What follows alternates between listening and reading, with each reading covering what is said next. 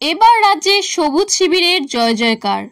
বিজেপির সাথে হাড্ডাহাড্ডি লড়াইয়ে 29টি আসন দখল করে বিজয়ী তৃণমূলের প্রার্থীরা। গত 3 মাস ধরে প্রচারে কোনো খামতি রাখেননি কোনো দলের প্রার্থীরাই। প্রচারের জন্য গোটা বাংলা চষে ফেলেছিলেন দেব।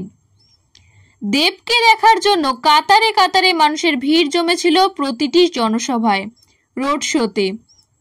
এবার সেই কষ্ট সার্থক দেবের।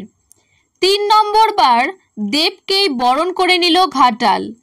গালে কপালে সবুজ আবির মেখে ঘাটালের পথে দেব। পরনে কালো টি শার্ট, চোখে কালো চশমা, মুখে হালকা হাসি। ঘাটাল যে দেবভূমিই থাকছে সেই ছবিটা গতকাল বিকেল 5টায় স্পষ্ট। নিজের এই সেলফি সোশ্যাল মিডিয়ায় পোস্ট করে দেব লেখেন ফাইনালি, সঙ্গে জুড়ে দেন তেরেঙ্গার ইমোজি। এখনো পর্যন্ত বিজেপির হিরণময় চট্টোপাধ্যায় থেকে 1,47,522 ভোটে এগিয়ে রয়েছেন দেব।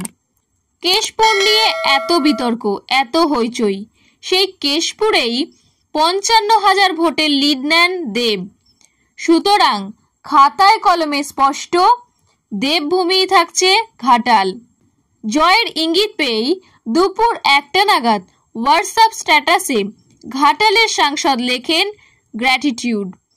ঘাটালের মানুষের উদ্দেশ্যে দেবের এই কৃতজ্ঞতা। 2014 এবং 2019 পরপর দুবার ঘাটাল লোকসভা আসন থেকে বিরাট ব্যবধানে জয়লাভ করেছিলেন দেব। তবে মাস কয়েক আগে গরু পাচারের কাণ্ডে নাম জড়ায় তারকার। এরপরই রাজনীতি থেকে সরে দাঁড়ানোর ইঙ্গিত দিয়েছিলেন দেব, কিন্তু দিদির জোড়াজুড়িতেই সিদ্ধান্ত বদল করে তৃতীয়বার ঘাটাল থেকে লড়াই করেন দেব। যে ঘাটাল মাস্টার প্ল্যান দেবের স্বপ্ন, তা বাস্তবায়িত করবে রাজ্য, এই আশ্বাস দেন মমতা। অবশেষে রাজনীতিতে রাজকীয় প্রত্যাবর্তন নায়কের।